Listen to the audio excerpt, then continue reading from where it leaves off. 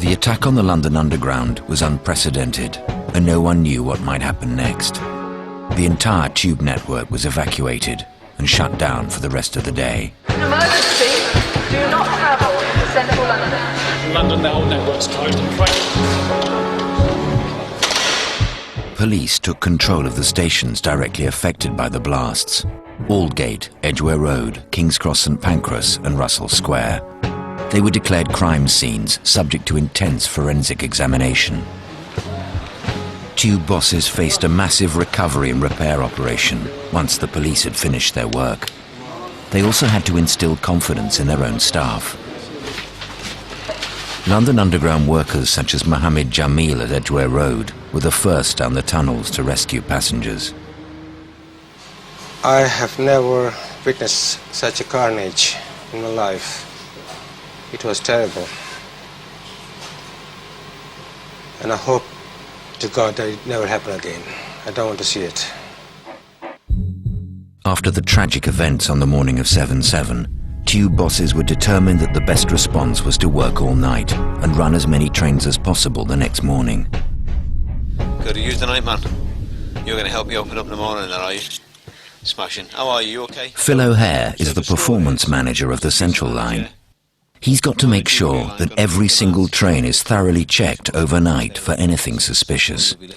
He's then got to persuade some train drivers, who are understandably nervous, to start work as usual the next morning. Dave, it's Phil. Dave, what are your plans for the rest of the evening? Are you around for a while now? Hang on, Mike. Cassius, I want you to take the two duty managers to Mile End. In that I trust. It's just trying to convince the drivers. Well, no matter what, Dave, I'll get you home. Never have to carry you on me back. The key things we need to get done between now and tomorrow. One, we need to get all these trains back. Then we need to make sure that we've got our supervisors in place. And then we've got to make sure we open a service in the morning.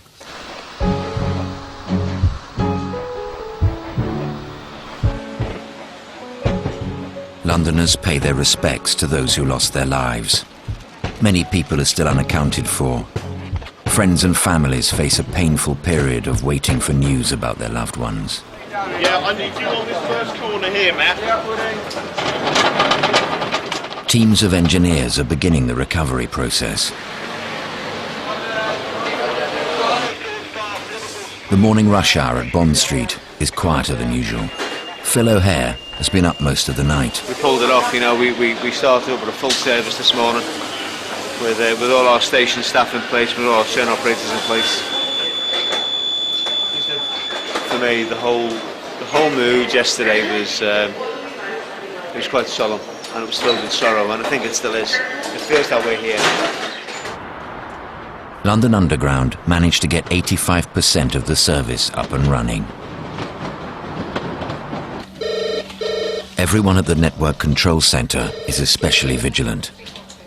Operations manager Andy Hogg knows there's a new climate of suspicion and fear. Yep. People are nervous. People are nervous. Staff are nervous. Police are nervous. We're all nervous. You know, we see something and we give it, whereas we wouldn't give it a second glance before. You're looking at it now thinking, Oh, there, it's Andy. Hello, right, calling the police. Yes, it was a suspicious gentleman with a rucksack who's boarded up at Putney Bridge. The only thing I've got left now, really, to be honest with you, is trust. Those who are closer to the intelligence than I am. And from that trust I've got to try and build my own confidence and build the confidence back into my staff, and through doing that, you know, when customers see us visible, I hope it will build the confidence back in the customers. A few days after 7/7, Mohammed Jamil returned to work. Until the forensic work at Edgware Road is completed, the train removed and the damage in the tunnel repaired, he'll have to work at another station. He's feeling isolated and shocked. It's a terrible mess at the moment. I went down the tunnel halfway through to the train. We got most of the people out of there, safe and sound. One of which, there were some fatalities which we couldn't help, and that's when emergency services took over and the police took over the whole station. We were told to leave the station, and we were not allowed to go back in. What you have seen, it doesn't go away. It's only time which might heal, but not counseling, I doubt it. Again, when the time goes by, the wounds heal, but this will take a long time to heal.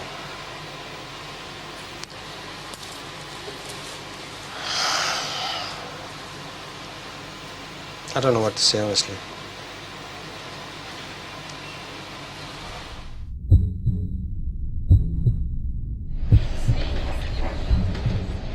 Senior managers at London Underground have the task of assessing the damage caused by the bombs and coordinating repairs.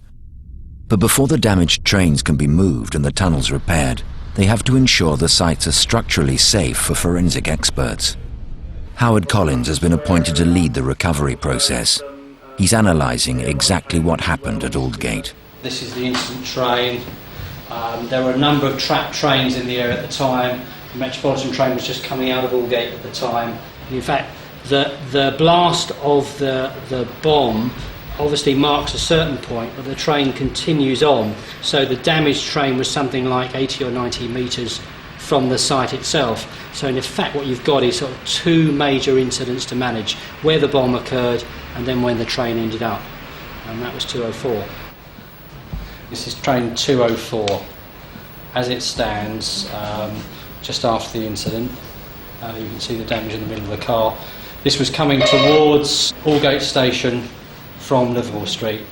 3 train operators were just finishing their break at Aldgate that morning. Paul Hawkins was on the incident platform when the bomb went off. Large bang, knocked me off my feet. I felt pressure wave come out of the tunnel at me. Birds droppings and paint coming off the roof. And then just silence is sort of the next thing I remember for a few seconds. In fact, it was eerily quiet down there. I was conscious or aware of the fact that something was at my feet, which I thought was just debris, and went to step over and I looked down and it was a body across my path. So I stepped over that, but as I did so, I looked around and there were other bodies laying over the track, and parts of bodies. There were 7 or 8 train operators in the area who provided that first level of support. They were immediately on site. You know, these were people who were like captains of their ship, did not want to leave until everyone was safe and off those trains. These train operators were off work after their ordeal. They're now returning to work and are gradually getting used to being in a cab again with other operators. The day will come when I'm on my own in the cab and you're concentrating on what you're doing, but obviously your mind does wander, and I'll have to see. You know, I mean, only I'll know if I'm ready and when I'm ready to actually be out there on my own. But I feel, you know, it won't be long. Within a week, most of the carriages from the incident train between King's Cross and Russell Square have been removed from the tunnel.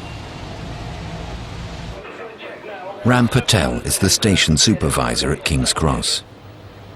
There's platform number 5, Piccadilly westbound. This third car from the front. There's two cars still in the tunnel. Yeah?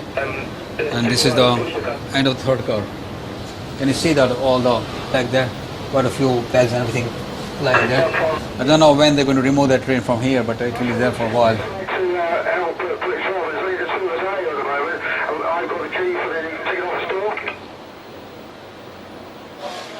One week after the bombings, London paid its respects to those who lost their lives. Ladies and gentlemen, you're invited to join in a 2-minute silence across the London Underground network in remembrance of the people who lost their lives as a result of the attack last Thursday.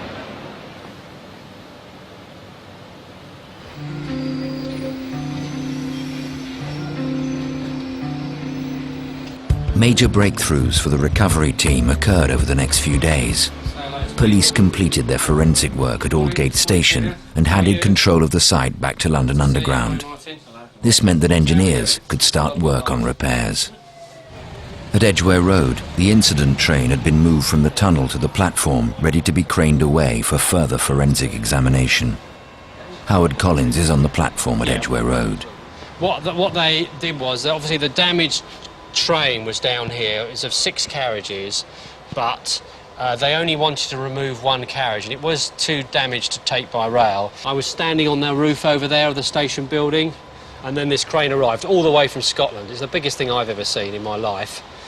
17 hours to set it up, and then 9:30, I think it was, 10 o'clock on the Tuesday, we all solemnly watched this thing go up, and it was tested and lifted about a foot from the ground. Officers checked underneath it, make sure it was all wrapped correctly, and then went up, out, it moved a little bit, over that wall, over the hoardings, and down onto a low loader. And it looked so easy, but we know it was difficult, and on the low loader and away, and it was gone by about 1 o'clock once they strapped it all down, and that was gone. And I think it was, again, a sort of quiet moment for all of us, but the next step. But just 2 days later, London is in a state of shock again. Terrorists have tried to detonate bombs at Warren Street, Oval and Shepherd's Bush.